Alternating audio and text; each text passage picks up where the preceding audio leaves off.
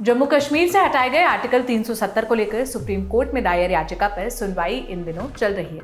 याचिकाकर्ताओं की तरफ से वकील दिनेश द्विवेदी की तरफ से कई दलीलें पेश की गई, जिनका जवाब चीफ जस्टिस DY चंद्रचूड़ ने दिया।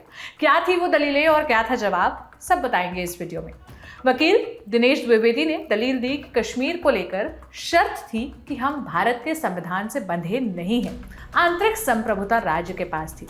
1957 में जम्मू कश्मीर का संविधान लागू होने तक ही आर्टिकल 370 की वैधता थी, इसके बाद ये खुद ही खत्म हो जाता है। इस पर CJI चंद्रचूड़ ने जवाब दिया कि आर्टिकल 370 की ऐसी कौन सी विशेषताएं हैं जो दर्शाती हैं कि जम्मू कश्मीर संविधान बनने के बाद इसका अस्तित्व समाप्त हो जाएगा।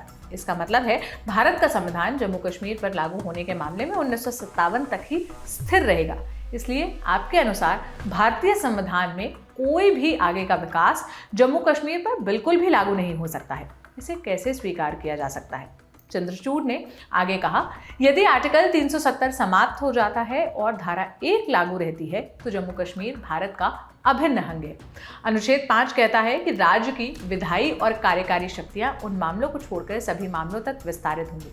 इससे पता चलता है कि भारतीय संविधान जम्मू कश्मीर पर लागू होता है जब तक हम ये स्वीकार नहीं करते कि आर्टिकल 370 2019 तक अस्तित्व में था, संसद के अधिकार क्षेत्र पर कोई रोक नहीं होगी।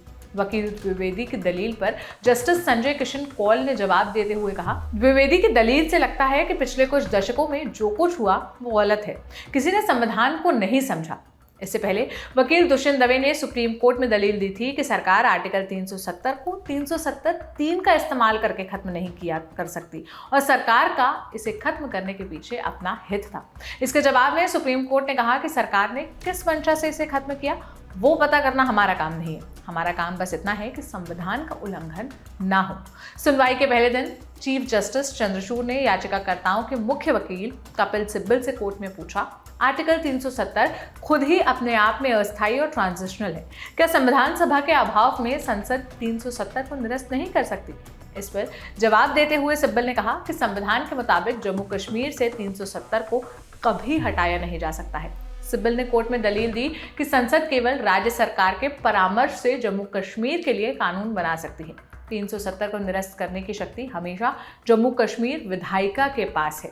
सिब्बल ने कोर्ट में कहा कि जम्मू कश्मीर में एक निर्वाचित विधानसभा के पास भी आर्टिकल 370 को निरस्त करने की कोई शक्ति नहीं है। पहले 370 अस्थायी था, लेकिन जब 1950 में संविधान सभा भंग हुई तो ये अपने आप स्थायी आर्टिकल बन गया। अगर इसे हटाना है तो संविधान सभा की इजाज़त लेनी होगी, लेकिन अब वो है ही नहीं, ऐसे में इसको हटाया नहीं जा सकता। सुप्रीम कोर्ट में आर्टिकल 370 हटाने के खिलाफ दायर याचिका की सुनवाई पिछले 8 दिनों से चल रही है। चीफ जस्टिस चंद्रचूड़ समेत 5 जजों की बेंच इस मामले की सुनवाई कर रही है। इस सुनवाई में DY चंद्रचूड़ के अलावा justice Sanjay Kishan Kaul, justice Sanjiv Khanna, justice PY Gavai और जस्टिस सूर्यकांत की बेंच शामिल है। याचिकाकर्ताओं के वकील की लिस्ट में भी कई बड़े नाम शामिल हैं। शुरुआत में कपिल सिब्बल ने दलील पेश की, इसके बाद गोपाल सुब्रमण्यम, दुष्यंत दवे, शेखर नफाड़े और दिनेश द्विवेदी ने आर्टिकल 370 को हटाने के खिलाफ सुप्रीम कोर्ट में अपनी दलीलें पेश की है।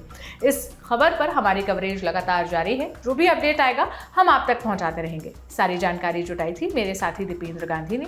मेरा नाम है सोनल। देश और दुनिया की तमाम खबरों के लिए देखते रहिए द लल्लन टॉप। शुक्रिया।